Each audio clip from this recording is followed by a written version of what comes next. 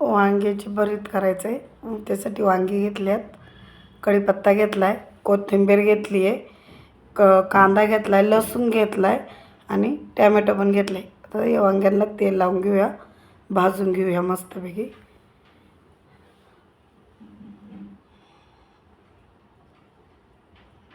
वांग्याचं भरीतसाठी भरताची वांगी ही मस्त बघा, ही अशी भाजून घ्यायची चांगली.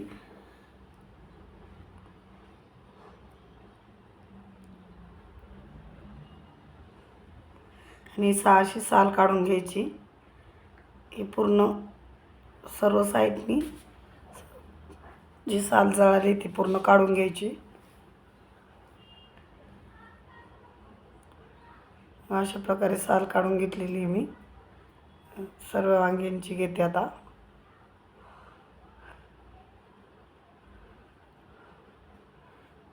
नंतर हे थंड पाण्याने धुवून घेऊया. आता असं धुवून घ्यायचं. आता कट करून घेऊया. मध्ये 2 भाग करायचे.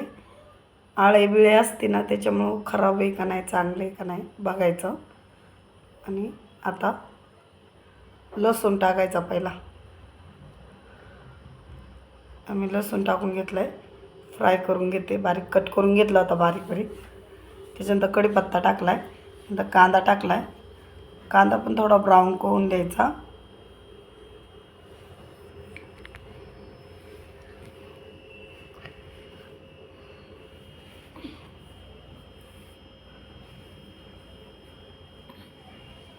टॅमॅटो टाकले.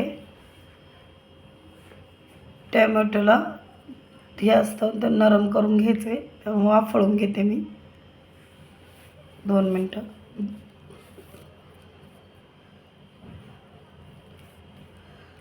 2 मिनटांनी आपण पाहूया. मग पुन्हा 2 मिनटं ठेवूया. झालेलं आहे 2 मिनटं. बघा, टमाटरचा मऊ झालेला आहे. त्याच्यानंतर आपण आहे ना त्याच्यात आहे ना